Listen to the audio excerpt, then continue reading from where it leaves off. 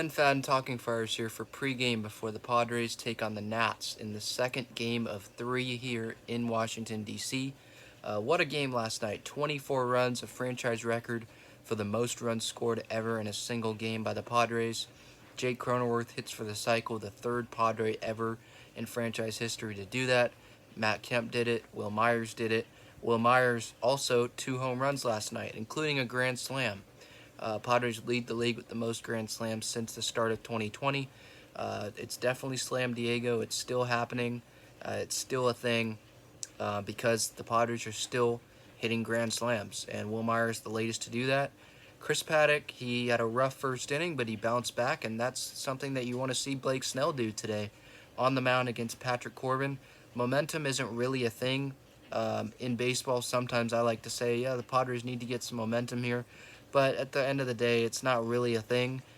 You'd like it to be a thing, but it's just not.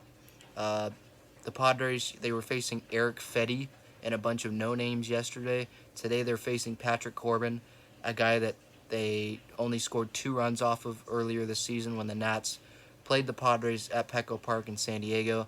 So they're not facing worse pitching. They're not facing anywhere to the level of pitching that they were facing last night. A harder pitcher. They got Scherzer tomorrow. So there's going to be this is going to be a game where the Padres offense gets, really tested here. So we'll see if they can do it back-to-back nights to start the unofficial start of the second half. Be on the watch, by the way, for Jacob and I to be on Instagram Live during an inning of the game. But back to Blake Snell real quick. He just hasn't been consistent enough, kind of like Paddock.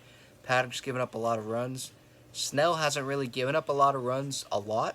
His ERA isn't where you'd want it to be, but it's the innings. He just hasn't given the Padres enough innings, and so hopefully he can do that today.